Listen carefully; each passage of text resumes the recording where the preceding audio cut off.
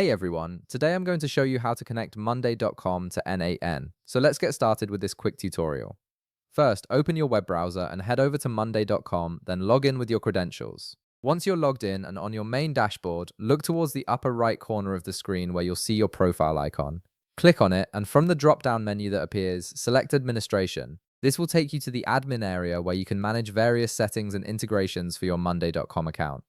Once you're in the administration section, direct your attention to the left panel. You'll see several options listed there. Click on Connections to access the integration settings. This is where monday.com allows you to manage API tokens and external connections. Within the Connections area, click on Personal API Token. This section is specifically designed for generating and managing tokens that allow third-party apps like n8n to communicate with your monday.com workspace. Now, in the right panel, you'll see your existing API token if you've created one before. If you already have a token displayed, simply click Copy to grab it. However, if you don't have a personal API token yet, you'll need to create one. Just click Generate and monday.com will create a new token for you. Once it appears, click Copy to save it to your clipboard. This token is essential because it's what authenticates n8n's access to your monday.com data. Next, open a new tab in your browser and navigate to n8n, log in with your credentials to access your n8n workspace. Once you're inside, look at the left panel and click on My Project.